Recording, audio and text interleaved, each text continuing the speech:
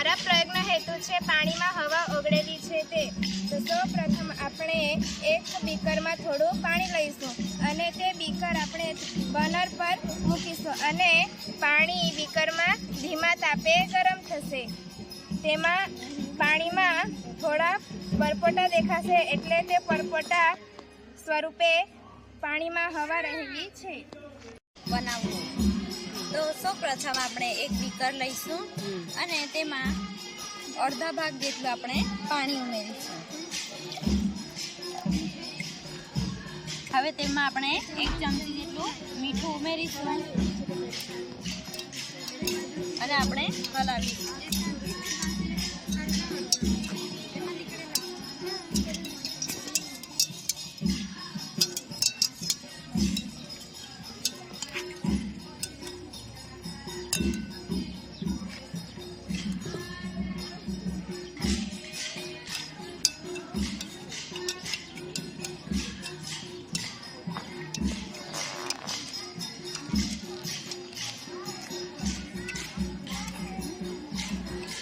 હવે આપણે મીઠું ઓગળી જાય પછી તેમાં આપણે થોડું વધારે મીઠું આપણે ઉમેરીશું અને તે આપણે જોઈશું કે તે પણ કરી શકીએ તે આપણે સાબિત કરીશું. સૌપ્રથમ એક પાણીની બોટલ લો, તેના અંદર ગરમ પાણી નાખો અને ચુસ્ત રીતે બંધ કરી દો અને ઉપરથી ઠંડુ પાણી રેડો. તેથી આપણે સાબિત થઈ શકે છે કે હવા દબાણ કરે છે. આપણે જુદા જુદા અંતરે વસ્તુઓ મૂકીને તેના પ્રતિબિંબો જોઈશું. સાધન, મીણબત્તી, સ્ટેન્ડ, બહિર્ગોળ લેન્સ અને પૂઠું લઈશું. સૌપ્રથમ આપણે મીણબત્તી અને બહિર્ગોળ લેન્સ વચ્ચેનું અંતર 50 સેન્ટીમીટરનું રાખેલ છે. જ્યારે આ મીણબત્તી 50 સેન્ટીમીટર પર છે ત્યારે પ્રતિબિંબ આપણને સ્પષ્ટ દેખાતું નથી અને ઝાંખું દેખાય છે. પછી આ મીણબત્તી ખસેડતા 40 સેન્ટીમીટર પર આવતા થોડુંક સ્પષ્ટ દેખાય છે.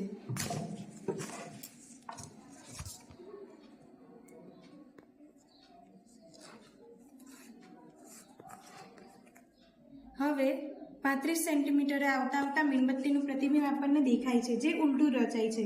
બહિર્ગોળ લેન્સમાંથી અને અંતર્ગોળ લેન્સમાંથી જોતા આપણને મીણબત્તીનું પ્રતિબિંબ ઉલટું દેખાશે.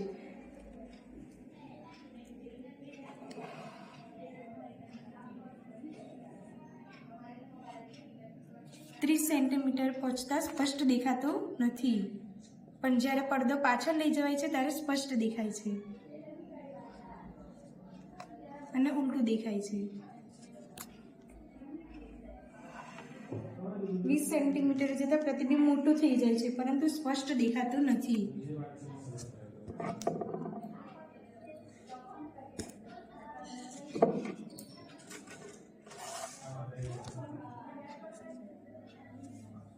અને થોડું ઝાંખું દેખાય છે.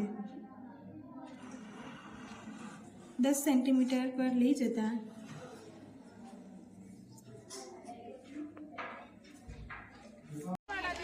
આ પ્રયોગનું નામ છે હવા જગ્યા રોકે છે તે સાબિત કરો. તેના માટે બોટલ અને ડોલ લઈશું, તેમાં પાણી ભરીશું અને બોટલને સીધી પાણીમાં નાખીશું. તો બોટલને સીધી પાણીમાં નાખતા જોવા મળે છે કે તેમાં પાણી ભરાતું નથી. અને જ્યારે બોટલને થોડી ત્રાસી કરી પાણીમાં નાખશું તો તેમાં પરપોટા નીકળતા જોવા મળશે, એટલે જેથી સાબિત થાય છે કે હવા જગ્યા રોકે છે. આ એક બોટલ છે, તેને બંને બાજુથી કાપી દેવામાં આવે છે અને એક બાજુથી ક્લોથ્સ વડે આને બંધ કરી દેવામાં આવે છે. અને હવે આપણે ચકાસીશું કે આની અંદર હવા રહેલી છે કે નહીં.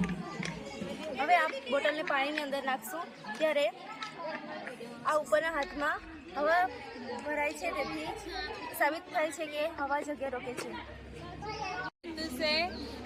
બીજ ભારિત પદાર્થ એકબીજાને આકર્ષે છે તે સાબિત કરવું છે.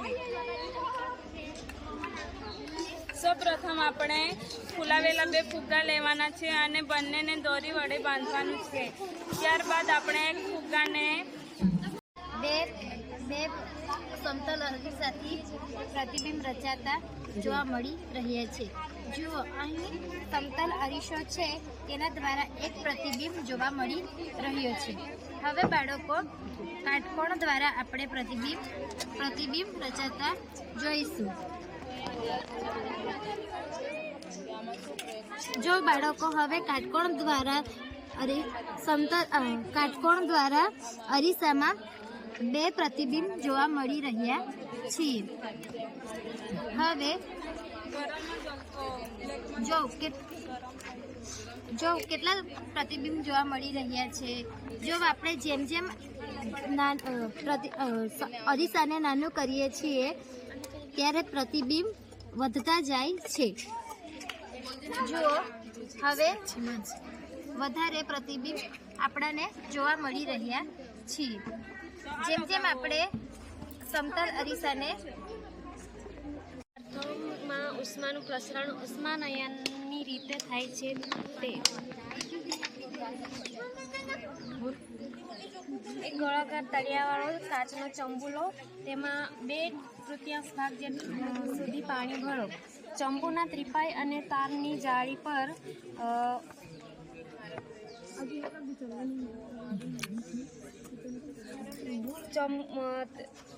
ચંબુની ત્રિપાઈ અને તારની જાળી પર મૂકી આકૃતિમાં અહીંયા તમને જે છે અવલોકન જોવા મળે છે.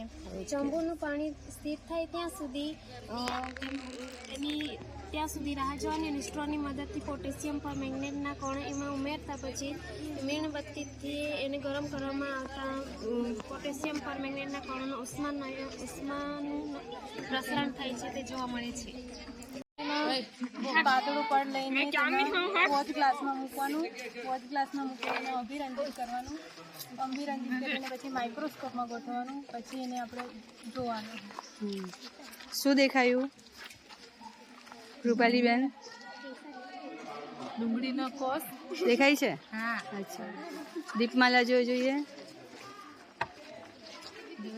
બહુ સરસ દેખાતું મસ્ત આકૃતિ દેખાય છે. સરસ.